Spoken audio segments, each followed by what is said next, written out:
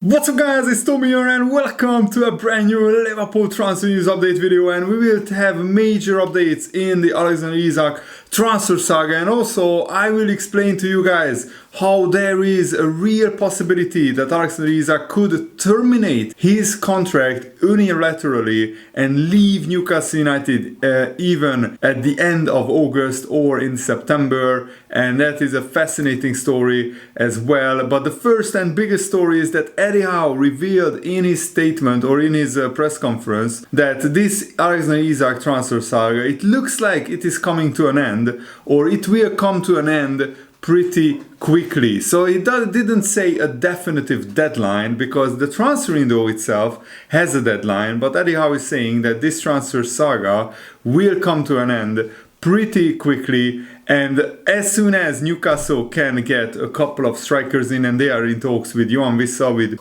Strand Larsen of Wolves, with Nicholas Jackson of Chelsea. They are also interested in Sorloth, the Atletico Madrid striker. So Newcastle are keeping tabs on 4 different strikers, and they are trying to sign 2 of them. And a Newcastle-based journalist said that Newcastle were never going to gift Liverpool their most prized asset, their best player, their world-class striker, and then watch on as Isak made his debut in a Liverpool shirt against Newcastle at St. James's Park. That's never going to happen. Newcastle are not going to sell Alexander Isak to Liverpool before the Newcastle-Liverpool game, and there is a feeling at Liverpool then that there was always going to be a follow-up to the bid of around £110 million, which was launched at the start of August. But that follow-up bid won't come before the Newcastle-Liverpool game. Liverpool want to be respectful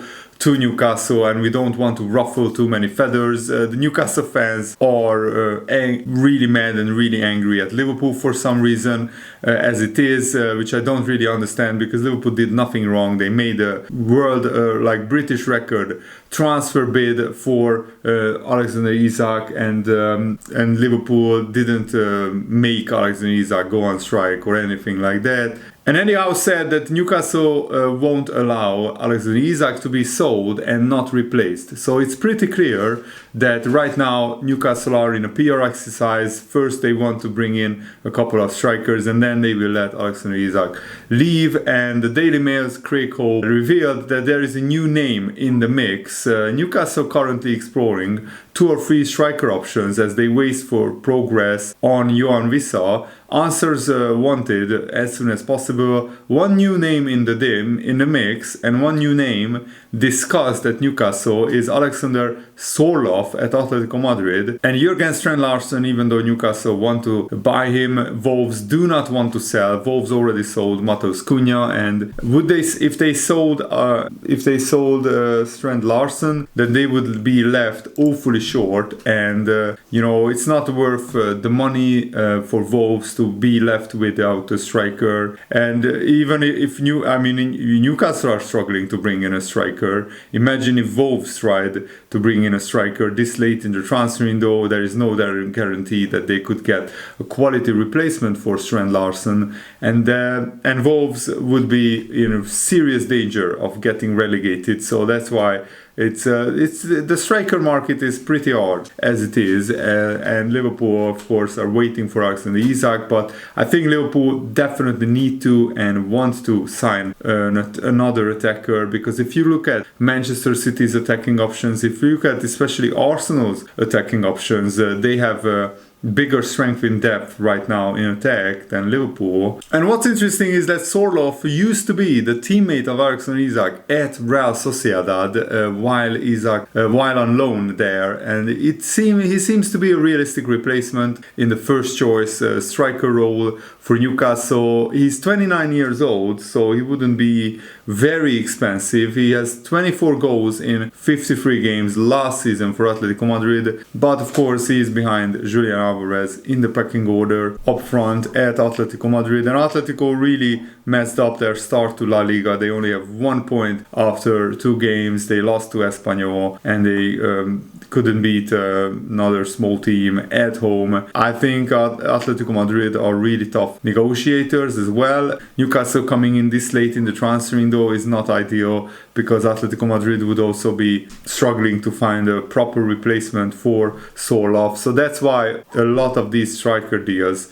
are very, very difficult, because Newcastle have left it so late, because every striker rejected them that they went for, because they don't see Newcastle as that much of an attractive project as it was before. Because when the Newcastle owners, the PIF, the Saudis, took over, everybody expected Newcastle to do a Manchester City and to buy a lot of big players and to be a title contender in 2 or 3 seasons, and that hasn't happened, largely mainly because of the PSR rules and because of UEFA financial fair play rules, and also because Newcastle wanted to do it properly, buying the right kind of players and not just splashing the cash willy-nilly on all kinds of big name players. The problem is that Newcastle would like to have either signed an elite striker or somebody with the potential to become elite for them to entertain a sale of Alexander Isak before the deadline. But they also run the risk of Alexander Isak remaining on strike and not playing for Newcastle until January, because as he said in his statement,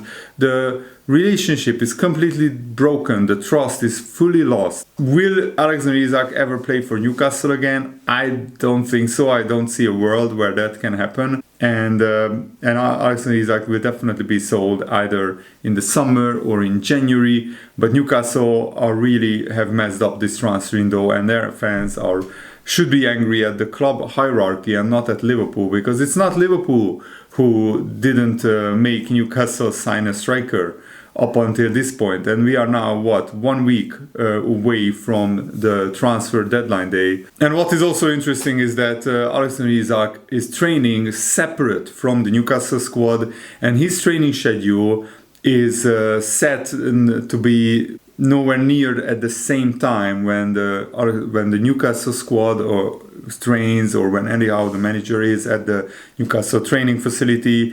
And also he was not invited to a Newcastle squad and family barbecue early this month. So Alexander Isak has completely been frozen out, mainly because he has been on strike, not training with the team, not going to preseason. And now let's explore the possibility of Alexander Isak unilaterally terminating his contract. You could say, how could he do that? Because that's always possible. Players cannot be forced to work somewhere they don't want to. However, such an action can have unpleasant consequences, meaning unilaterally terminating his contract without a just cause.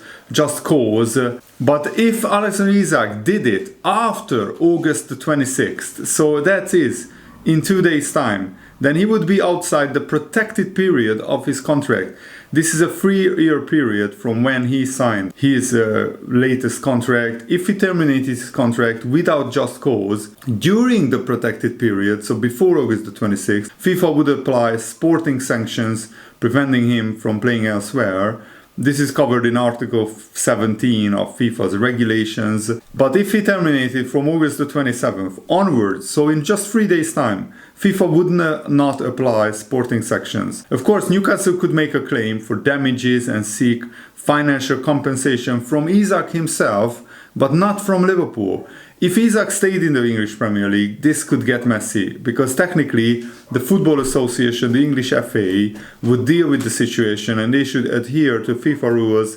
But there is ambiguity how it plays out. So there is uncertainty around this issue. If Isak terminated his contract, then it would be a major risk, him staying in the Premier League. He would almost certainly move abroad. So Isak technically could terminate his contract in this summer transfer window, but the reason why this doesn't happen more often is because it's really, really messy. No one wants it to happen. Most situations get resolved in a different way. But in the past, there were other reasons why this was blocked. For one, the player may have struggled to find a new club. Previously, because the aggrieved club could have sought compensation from both the player and their new club. The compensation could be also quite high. There is no clear formula. That meant the new club had a potentially large unknown liability. They would not have wanted to take such a player on, and that discouraged players from terminating their contracts in the first place. A recent legal case involving Lassana Diarra changed this, because Diarra won the case last year that determined FIFA's regulations were not compatible with European Union law. The impact could be massive, and it's still being worked through, so it's still not clear what exactly that impact is. But two definite impacts already are crystallizing. The new club is no longer liable for compensation unless they induce the breach, which is very hard to prove. So if Isak terminates his contract, it will be only Alexander Isak liable for the compensation, and not his potential new club Liverpool. The size of the financial damages will be smaller. So Newcastle could still lose out on a lot of money, even if they get a compensation of 20, 30, 40, 50 million pounds from Alexander Isak. That is nowhere near his market value. This lowers the barriers for players and clubs to take advantage of this situation, and this is the very first summer that these new rules have applied. But it's a very risky strategy, so I'm not sure if Isak would do it because it's horribly messy, it carries a lot of risk, and no one wants this to happen. But Newcastle is a club lacking competent operators and decision makers right now, and that increases the chances that they back Isak into a corner where he retaliates and where he makes this situation, even more messy by terminating his contract. And also, Liverpool could, in theory, give Isak some money to pay that compensation to Newcastle, which, of course, I'm not sure if that would be above the rules or not. I'm not sure if that is even a possibility or not. So basically, the contracts that players sign, the Alexander Isak contract, they are subject to Premier League rules and FA enforcement. And that is something that the clubs sign up to. But as a member association, the Football Association, the FA, must align with FIFA rules. And if Isak terminates his contract and moves abroad, it will be down to FIFA and the Court of Arbitration for Sport to resolve this. And the FA has no choice but to permit this, because the FA is subject to FIFA rules, and that is required. If Newcastle ignores this and seeks to initiate proceedings against Isak through another route, they will be in a contractual breach. They could be thrown out of the Premier League. So this is an entirely messy and very, very complicated situation, as I said. So it will be fascinating to see whether Isak goes to this. But this is a absolutely worst case scenario for Alexander Isak. And I think Liverpool would want to do this fair and square, and hopefully Newcastle can sign some striker replacement before the transfer deadline day. And Craig Hope, the Newcastle journalist, has revealed that it's now increasingly less and less likely that Isak will be able to be reintegrated into the Newcastle squad, because Alexander Isak has took aim at Newcastle, the broken promises, at Eddie Howe as well, and it's very unlikely that Alexander Isak could ever come back into training and come back to play at Newcastle. And Eddie Howe said, my emotion was one of disappointment in the respect of these things being made public.